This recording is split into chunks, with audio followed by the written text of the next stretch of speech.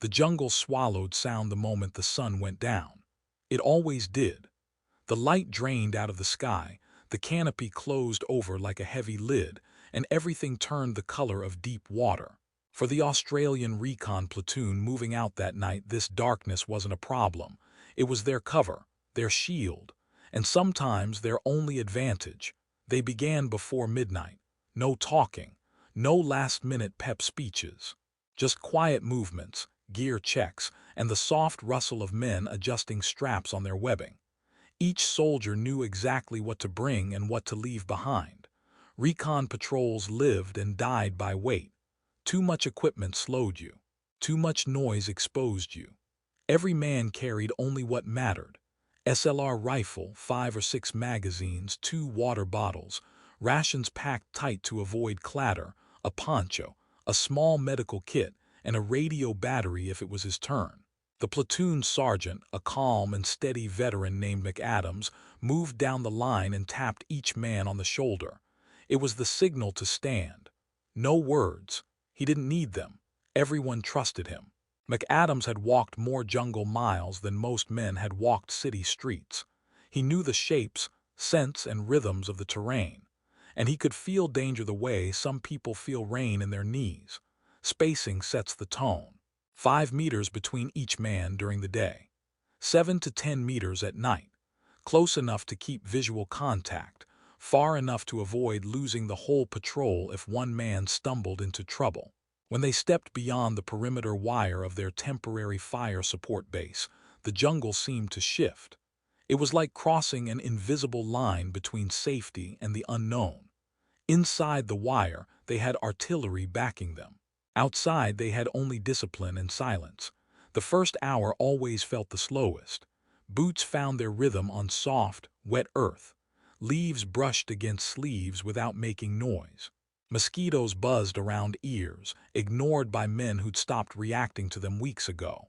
Sweat began forming early, running down faces and soaking shirts. You didn't fight the sweat. You let it drip. Every patrol member kept his eyes moving. Someone scanned low. Someone scanned the middle. Someone scanned high, watching for movement in the canopy. The jungle could hide an entire squad just 10 meters away. The darkness could hide a whole battalion. Their mission was simple to state and difficult to survive. Track a large North Vietnamese Army division moving south. Find its paths, observe its habits, and get close enough to understand where it was heading. The division had thousands of soldiers, heavy weapons, strict discipline. If they detected the Australian Recon patrol, the fight would be over in minutes. But that was the job. Recon units were not meant to fight big battles. They were meant to avoid them while collecting every piece of information possible. McAdams raised a fist. Everyone froze. The men held steady. No shifting. No adjusting gear. Not even wiping sweat from their eyes. Freezing was an art. You had to stop instantly in whatever position you were in, even if one foot was mid-step, even if a leech crawled up your sleeve. Stillness could save your life. The sergeant listened. There, deep in the distance, soft clinking, not metal, something looser, hammock lines, canteen straps, or maybe someone adjusting their pack. He waited, counting slowly in his head. Patience mattered. Rushing made noise, and noise cost lives. After a full minute, he signaled the crawl forward movement. The point man slid ahead, belly almost on the ground, moving like a shadow between tree roots. His job was the most dangerous. He was the eyes and ears of the team. When he returned, he gave McAdams a simple hand motion, track found. The platoon shifted direction. They followed the point man to a narrow path, almost invisible unless you were looking directly at it. But the signs were there. Pressed earth, broken twigs, a faint depression where dozens, maybe hundreds of boots had passed. This wasn't a random animal trail. This was a military movement lane, and it was fresh. McAdams knelt and ran a hand lightly over the soil, still soft, footprints sharp at the edges, not blurred by wind or rain. Maybe 2 hours old, maybe less. He pointed to a set of leaves. They glistened faintly in the dim night. Wet but not from rain, sweat or water dripping off soldiers moving through. Another hour and the moisture would have dried. The men understood the message. The NVA were close, very close. The platoon shifted into a different mindset, deeper focus, breathing slower, steps lighter. They followed the track parallel, not directly on it. Walking on enemy paths was a mistake newbies made. Booby traps, trip wires, listening posts, those were placed exactly where you expected people to walk. The Australians stayed 5 to 7 meters off to the side, moving through undergrowth instead of the open line. Half an hour later, the jungle gave them another clue. A faint smell. Smoke. Not the sharp, heavy scent of a campfire, but the thin, distant trace of a single cigarette smoked in a hurry. NVA soldiers sometimes smoked to stay awake during forced marches. If they could smell it, the smoker wasn't far. The patrol slowed again. The rear scout turned back now and then, checking their tail for signs they were being followed. Recon units knew they were not the only hunters in the jungle. Sometimes the enemy tracked the trackers. After 2 more cautious bends through thick scrub, the platoon reached a small clearing. Not large, maybe 10 meters across, but enough to suggest someone had passed through. The grass was pressed. A tree had fresh cuts from a machete, and on the ground McAdams spotted something that made him signal everyone to gather closer. A footprint, wide, heavy, imprinted deeply into soft mud. Not just one soldier, a group, possibly many. The platoon had found the first flank of the NVA division. McAdams studied the ground. He motioned for the patrol to pull back into the cover of thick vegetation. They formed a loose circle and waited, listening to the forest breathe around them. He didn't need to speak to explain what this meant. The enemy was moving through the area in strength, and the Australians were now officially behind enemy lines. The chapter ends with one truth settling over the men. They had just stepped into a world where silence kept them alive, discipline guided every step, and the dark was no longer something to fear, it was something to use. Dawn never came gently in the jungle. It arrived as a gray haze, dropping thin light through the canopy and revealing shapes that had been hidden all night. For the recon platoon, morning did not mean a break. It meant switching from night stealth to day discipline, slower steps, lower bodies, sharper attention. The North Vietnamese division they were following was on the move, and the Australians had to stay close without ever being seen. The trail told them more and more as light grew. Footprints overlapped in chaotic stacks, boots, sandals, bare feet. Some prints showed deep heel strikes, meaning heavy loads. Others were light, quick, almost running. These differences hinted at who had passed: infantry, porters, maybe even signals operators jogging to catch up. Tracking was not just about sight. It was about reading the environment like a message. A broken branch meant direction. A smudge of charcoal on bark meant a cooking site nearby. A bent grass stalk, still upright and damp, meant someone had brushed past it minutes earlier. The Australians moved parallel to the track, never directly on it.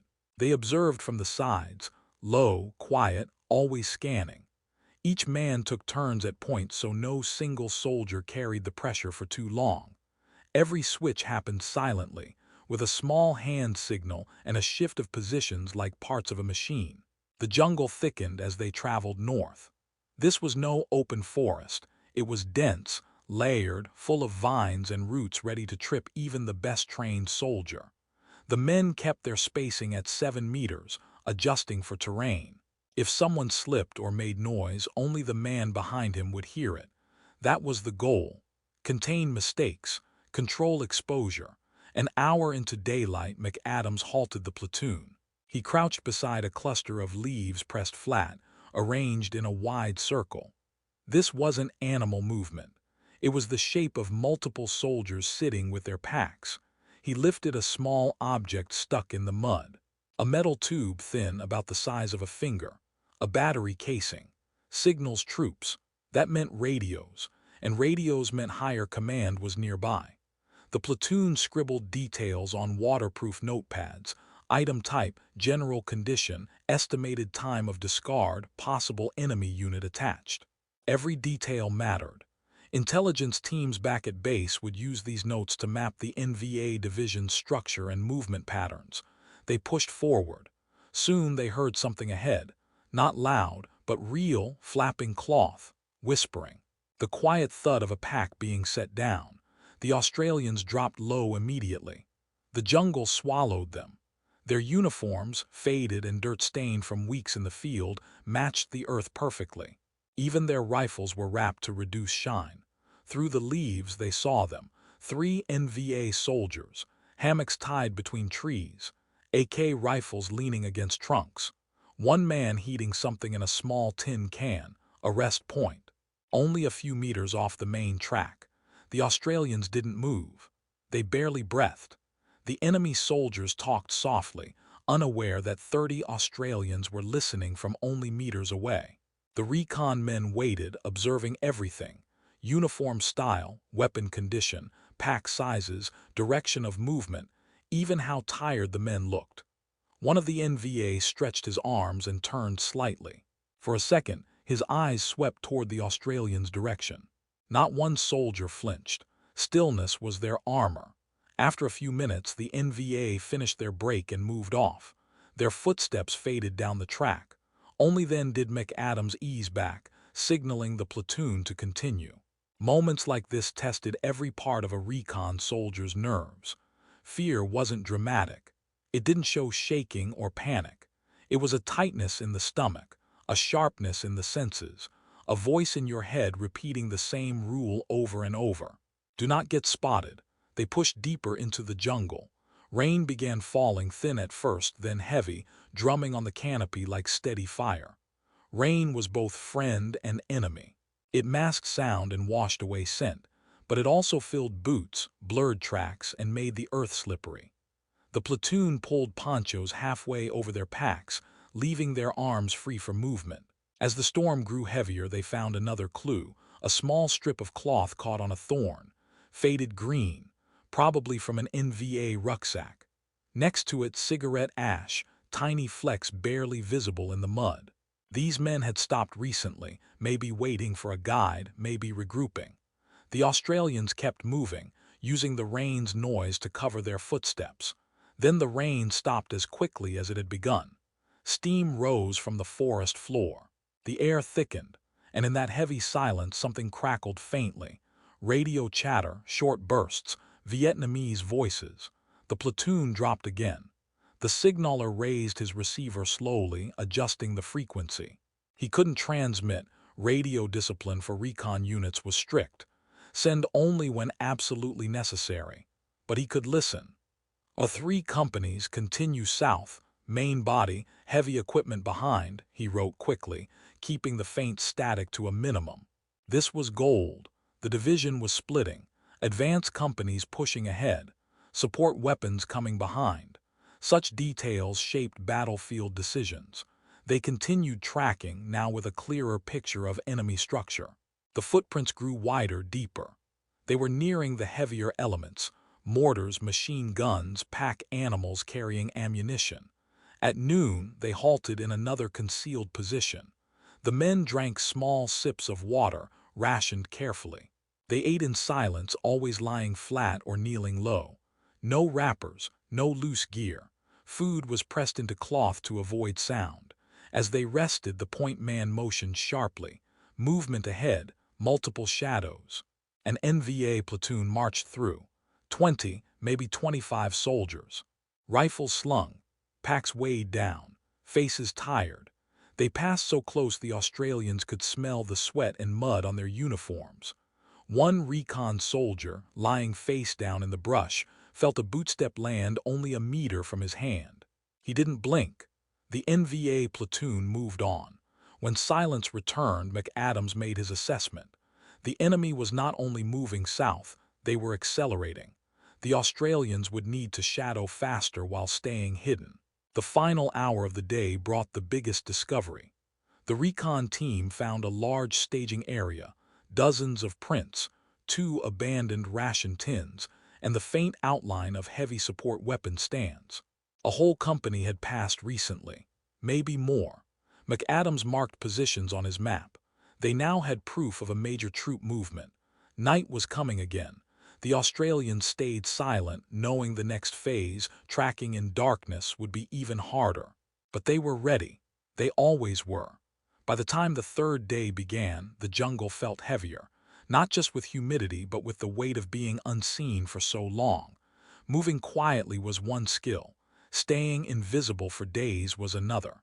It demanded patience, discipline, and a mindset that accepted discomfort as normal. The Australians rose before the first light. No one needed waking. Sleep was never deep out here, at most 20 minutes at a time while someone else watched. They ate small bites of ration packs mixed with biscuits to save energy. The food tasted like cardboard, but no one complained. Complaints made noise. The platoon's routine had become almost automatic. Check gear, check magazines, check each other, then move. They followed the NVA division's trail deeper into thick terrain. This part of the jungle grew denser, with vine-covered trunks and narrow corridors of tangled brush. Even the air felt stiller, as if sound had trouble escaping. Tracking became harder too. Heavy rain the night before had softened the trail. Footprints blurred. Broken branches sagged under moisture.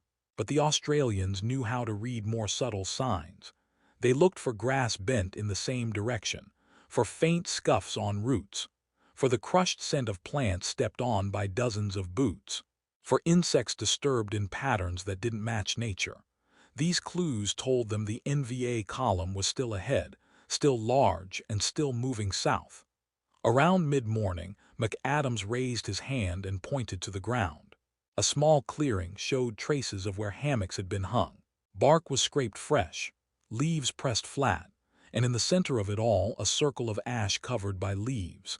The NVA had cooked here, probably rice, then buried the ash to hide their presence.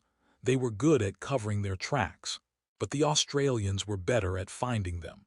A few meters away, a thin cord dangled from a branch, a hammock tie, still slightly warm from the sun, meaning it hadn't been hanging there long.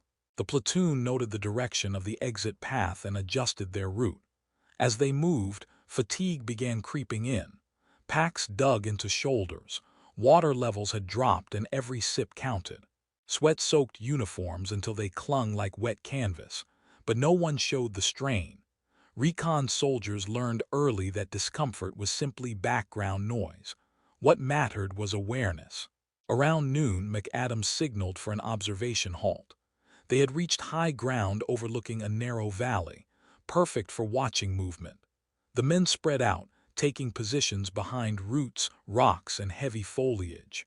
They blended so well into the environment that even another Australian platoon would have struggled to spot them. The signaller set up his radio slowly, checking the antenna length and switching to a low-power setting. Transmission discipline was strict. No long messages, no chatter, and absolute silence afterward. Only when McAdams gave the okay did the signaller tap out a coded report. Enemy movement confirmed. Division elements. Estimate multiple companies, tracking south. The message lasted 6 seconds. Then the radio went silent again. They settled into the observation post to wait. Waiting was often the hardest part. Hours passed with only insect noise and the rustle of leaves. No one could stretch fully. No one could stand. They lay flat or leaned into roots, rifles steady, eyes never leaving the valley below. After almost 2 hours, shadows moved. NVA troops, first only 2 or 3, then more, then dozens. A long column snaked through the valley, infantry, porters carrying ammunition boxes, a signals team hauling radios, and a mortar squad with tubes tied to bamboo poles. The Australians didn't move. They didn't whisper. They didn't change positions. They simply watched, counting rifles, identifying equipment, and estimating unit strength. Some NVA soldiers stopped to adjust packs. Others wiped sweat from their faces. A few looked exhausted. Then something unexpected happened. A small group broke off from the main column and began climbing toward the Australian side of the valley. A patrol, probably a flank security team sweeping the area. McAdams tapped twice on the route beside him. Freeze. The Australians flattened themselves against the earth. Their uniforms matched the dirt. Their faces were streaked with cam cream. Even their rifle barrels were wrapped to break their outline. The NVA patrol came closer, closer, closer. Soon the boots were only a meter away from some of the Australians. One soldier stepped near a Recon scout lying prone. The scout felt the vibration of the bootstep through his chest. He didn't blink. Sweat ran into his eyes. He let it burn. The NVA moved slower now, scanning the brush. One paused, staring into the foliage with a frown. For a moment, it seemed he saw something. But then he turned and followed the rest of the patrol back down the slope. Only after they disappeared did anyone exhale. McAdams inched close to the signaller and tapped a short message into his notebook. Enemy patrols are active. Increased caution. They moved again, slipping from their observation post and circling wide to avoid crossing paths with any returning NVA scouts. The jungle felt different now, more alive, more alert, as if the enemy's presence thickened the air. By late afternoon, they reached another key point. A long section of the NVA column had left behind gear impressions. Deep ruts marked where heavy machine gun tripods had pressed into the soil. A pile of split bamboo suggested makeshift stretchers had been carried and discarded. Someone was injured. The Australians wrote it all down. As night approached, they needed a concealed rest point. They found a tight fold in the terrain, a cluster of roots and boulders that offered natural cover. One by one, the platoon settled in. No tents, no fires, no talking. Just darkness, insects, and quiet breathing. They ate silently. They drank sparingly, and they prepared for another night within meters of a massive enemy force. Then, just after midnight, the jungle shifted. Footsteps, slow, methodical. An NVA patrol again, moving through the darkness with discipline. The Australians pressed into the earth. The NVA passed close, flashlights off, rifles ready, but they didn't find the Australians. When the sound faded, the platoon knew something important. They had tracked the division long enough to understand its rhythm, movement pattern, and vulnerabilities. And soon they would use that knowledge. By the fourth day, the Recon platoon had become a ghost behind the NVA division. They had followed its tracks through valleys, over ridges, across creeks, and through layers of heat and rain.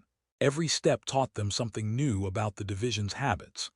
Every hour brought them closer to understanding how this massive force moved, rested, guarded itself, and slipped through the jungle without attracting air or artillery. But shadowing an entire division for so long took a toll. The men were tired, not just physically, though their legs ached from climbing and their shoulders burned under the weight of their packs, but mentally. The constant pressure of silence, the fear of detection, the need to stay sharp even when exhausted, it whittled at the mind. Still, they pressed on. The day began with mist curling through the canopy. The forest floor glistened with dew. Movement was slow and deliberate. They followed the NVA's trail through a long corridor of tall trees, their boots sinking into soft, wet soil. The smell of damp earth filled the air.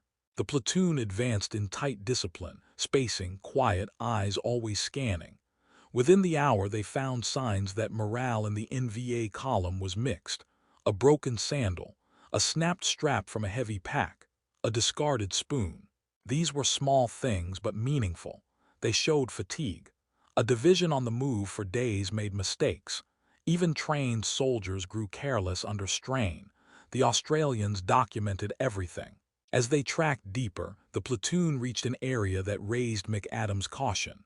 The ground was crisscrossed with multiple sets of tracks, not just one marching column. Support teams had branched off. Flank patrols had swung wide. A mortar crew had dug temporary firing pits before moving again. The place felt alive with enemy presence, even though the enemy had already moved on. McAdams gave the signal, double spacing. This meant the possibility of running into enemy positions was now higher. The men spread out quietly, moving with careful footsteps, their rifles held tight against their shoulders. Then they heard it, a metallic clink. Another, faint but unmistakable, the sound of someone adjusting a weapon or dropping gear. The Australians froze. The point man slid forward silently on his stomach, parting the bushes with slow, gentle movements. He returned within a minute. Hand signal, multiple enemy soldiers ahead. McAdams moved the platoon into a sweeping detour.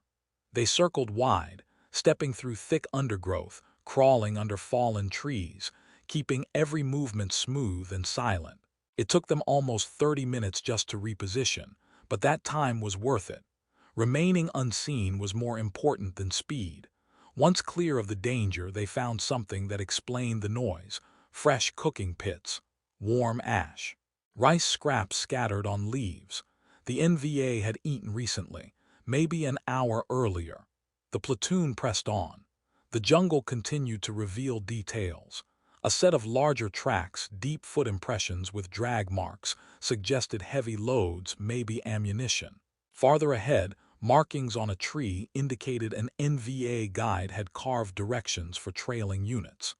These crude symbols were not meant for outsiders, but the Australians had become skilled at interpreting them. The path eventually narrowed near a steep ridgeline. Climbing here was slow and dangerous.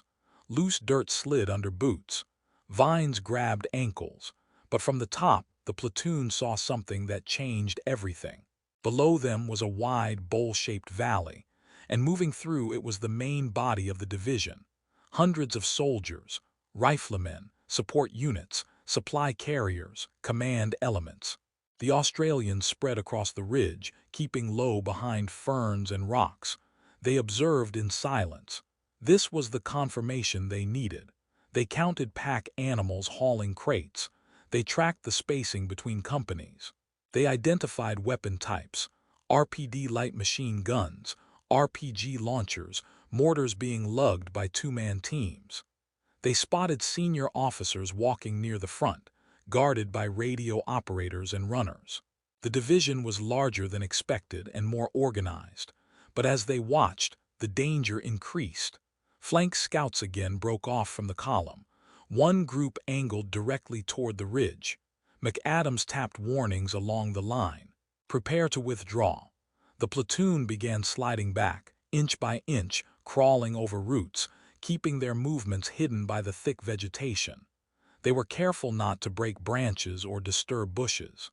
Even the smallest noise could expose them. After 10 tense minutes, they were out of the scouts' path. But they weren't done. With the main body identified, McAdams decided they needed one more critical piece of information: the division's destination. Knowing where thousands of soldiers were heading could shape operations for weeks. They followed again, staying parallel to the column. By afternoon, the trails became more complex. New paths branched off. Some led to water points. Others led to small rest sites. The Australians found one such rest point around 1600 hours, and it revealed something valuable. A roughly carved bamboo board marked with simple symbols, probably coordination markings for the division's units. One symbol repeated 3 times, an angular shape pointing southwest. The platoon signaller sketched it. This meant direction of movement for at least one regiment. As they moved on, the Australians faced another challenge: water shortage. Their bottles were low. They needed a refill. But approaching a creek could be risky. The enemy also used these spots. McAdams chose a narrow tributary surrounded by heavy brush. 2 soldiers moved ahead, checking for booby traps, trip wires, sharpened stakes, pressure triggers. The creek was clear. The platoon filled canteens quickly and retreated into cover. Another hour of tracking brought them to an eerie find: blood, small drops on leaves, a trail moving downhill. An injured soldier, likely NVA, had been carried through here. A sign the division was pushing hard, pushing faster than some of its men could handle. The Australians continued until dusk. The jungle darkened. Bird calls faded. And as night approached, they finally reached proof of a major staging area. Dozens of footprints packed deeply into the earth, a broken crate, and the faint smell of smoke. The division was preparing to rest for the night. McAdams studied the ground, the terrain, and the direction of the moonlight. Then he gave the order the men had been waiting for: "We will strike tomorrow." not an attack on the full division. That would be suicide, but a controlled action, fast, targeted, precise, against a vulnerable element.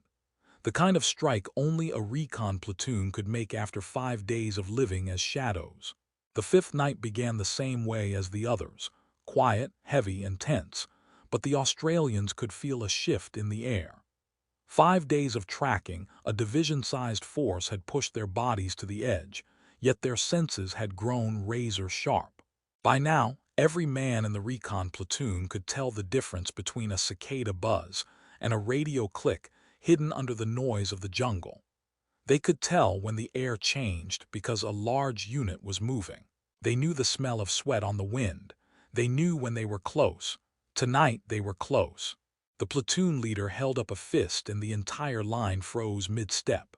No one whispered. No one breathed loud. In the darkness, only hand signals moved through the file, passing from man to man like quiet electricity.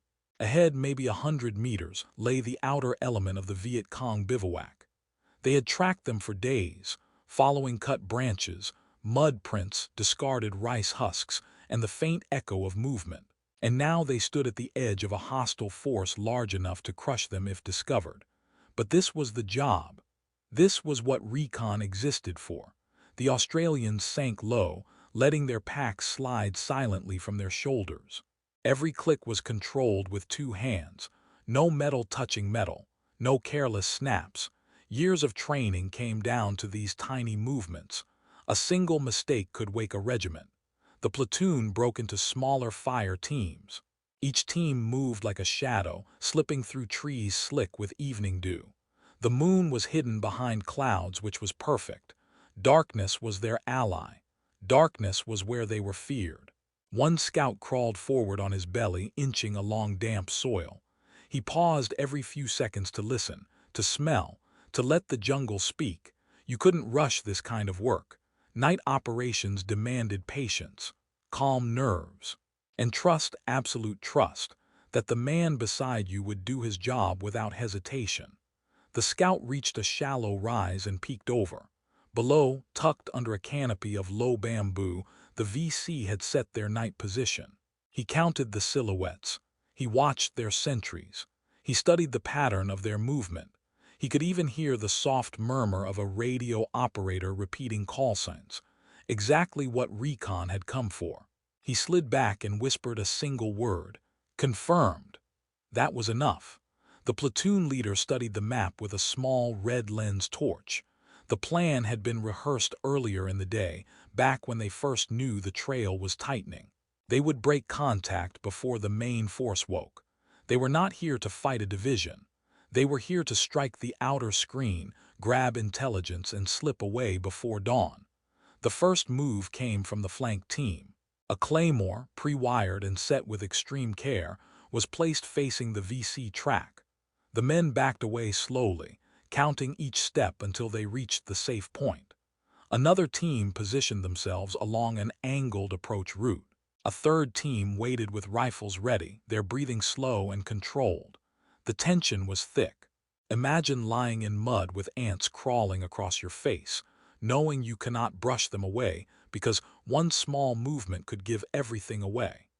Imagine hearing enemy voices only meters ahead.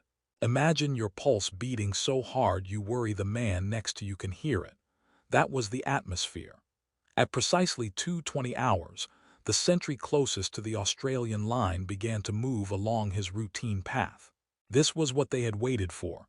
Patterns, predictability, a gap in the watch. The platoon leader gave the signal. A single suppressed shot cracked quietly through the trees. The sentry dropped without a sound. Before the rest of the VC could react, the claymore was fired. The explosion ripped through the outer edge of the bivouac, shredding the bamboo and hurling debris into the night. The Australians opened accurate, controlled fire, short, disciplined bursts. No yelling, no wasted rounds. Every shot counted. The VC scrambled in confusion. Some fired blindly into the dark. Others dove for cover, unsure where the attack was coming from. Recon had hit hard and fast, exactly as doctrine demanded. Shock and speed were everything. One Australian fire team moved forward just long enough to grab a satchel of documents and a radio handset, critical intelligence that could reveal unit structure, planned routes, and upcoming operations. They worked quickly, knowing the enemy force was already trying to regroup. The platoon leader checked his watch. They had seconds left before the enemy's full strength responded.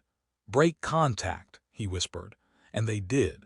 The withdrawal was rehearsed so well that it looked like a drill. Teams pulled back in staggered bounds, covering each other with calm precision. No man sprinted blindly.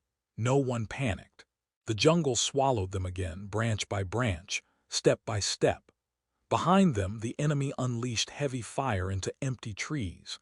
The Australians moved through a drainage gully, sliding on their backsides to keep low.